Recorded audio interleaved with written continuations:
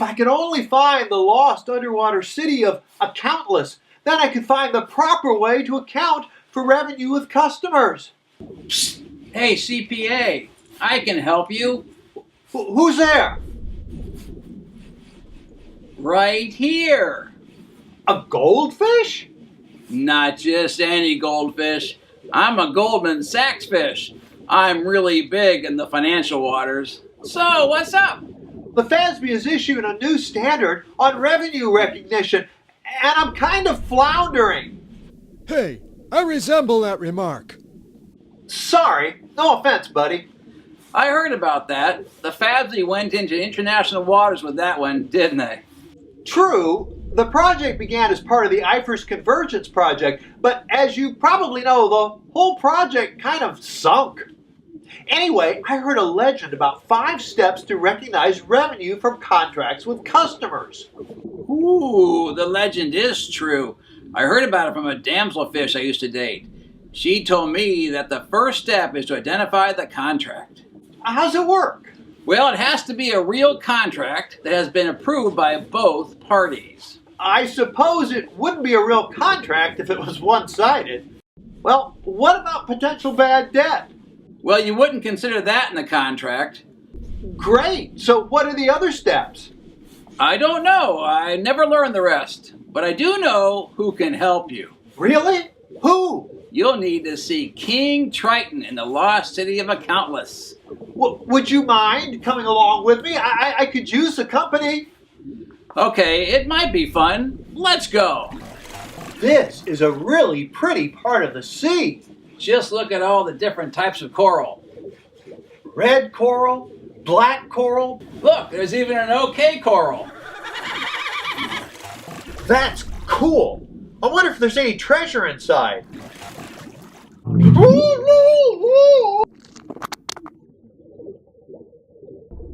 Hey, this is my place. What do you want?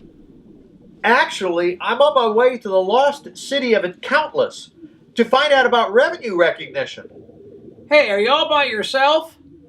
Yeah, I'm a loan shark, but you're in luck, because I can help you take a bite out of that topic for you. Oh, please, tell me. You have to look at a contract to identify the separate contract performance obligations. What does that mean? Well, the whole point of this is that your contract has various things you have to do. Well, how do you find these performance obligations? It's pretty straightforward. Distinct goods and services should be separated as performance obligations. How do I know if the goods and services are distinct? Do I have to spell it out for you? Hey, you don't have to be such a crab. Hey, I resemble that remark. Sorry. No, I'm sorry. I can be a hammerhead at times. Anyway, to be distinct, the promise must be separately identified from the other promises in the contract, and the customer must be able to benefit from the item on its own with other existing resources. I get it. So the item can have no significant integration, not modify some other contract item, and not be highly dependent on other goods or services. Hey, your little friend there, pretty smart. He should be. He spent his whole life in a school. Well, we've got to go. Want to come along? No thanks. I have some friends coming over later for a bite. Well, that oughter be nice.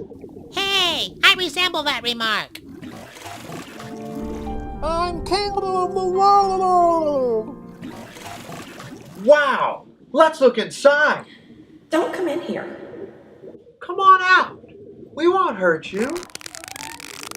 Hi there. We're on our way to the lost city of Accountless. My friend here needs to learn about revenue recognition. Ooh, I can help. Really?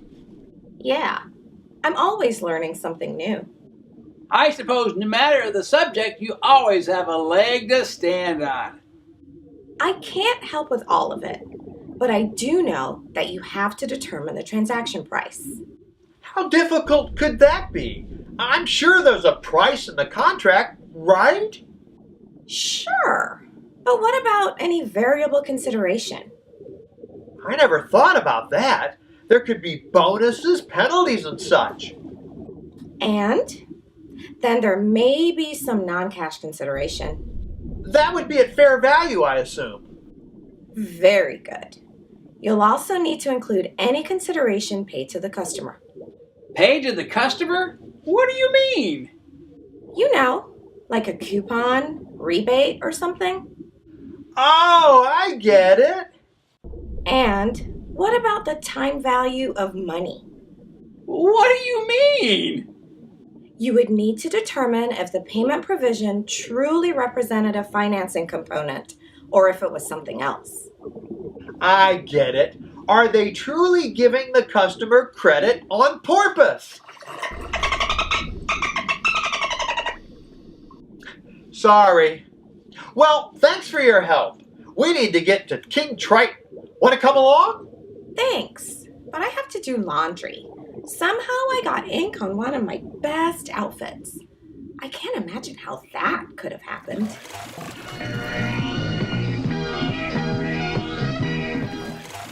Cool. You're pretty cool yourself. Hey, do you know the way to the lost city of Accountless? You're almost there, but why? I'm trying to learn about revenue recognition. Do you know anything about it? I do know a little. I'm willing to take all I can get. I mean, the bare bones will do. Well, I do know that you'll need to allocate your transaction price to the various performance obligations. Wow! That sounds like a whale of a task. Hey, I resemble that remark. Sorry. It's not that bad. Think about it. You had to identify the items in the first place, so you simply allocate the price based on a standalone selling price. Well, what if they don't ever sell it separately? Maybe they could simply estimate a standalone selling price. Correct. They could use a variety of methods. Perhaps they could look at what others are selling the item for. Or perhaps the expected cost plus some sort of margin. How about the residual method? You know, you have a price for 3 of the items, so the 4th price just kind of falls out. That makes sense. Of course, you could always combine the methods in whatever way gets you the best estimate. Gee, thanks for all your help. Hey, no skin off me. We made it. I told you I knew where it was, but I don't want to go in. Well, why not? Because it's scary in there. Oh, come on. Hey, well, what's in it for me? Now you're just being selfish. Hey, we resemble that remark. Sorry. Oh, let's go already. What brings you to the lost city of Accountless? I must learn how to recognize revenue from contracts with customers. And so we seek guidance from the great King Triton. Did you identify the contract? Identify the contract. Yes? Did you identify the performance obligations? Identify the performance obligations. Yes?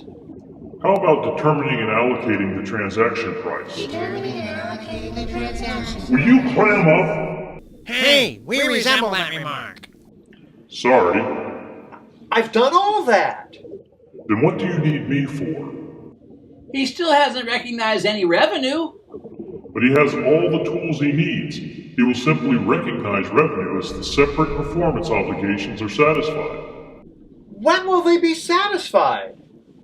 When the goods or services are transferred. And that would occur when the customer obtains control of the goods or services. That could happen at either a point in time or over time. I really do understand this, but how could that be? Think hard, Scuba Accountant. You had the knowledge with you all along. I did? Yes, I give you my seal of approval. Hey, I resemble that remark. Sorry. Whoa, wait! I have so many more questions. I mean, oh, what the? Oh man, I thought it was too good to be true. I got like 87 more pages to read. I thought something seemed fishy. Hey, I resemble that remark.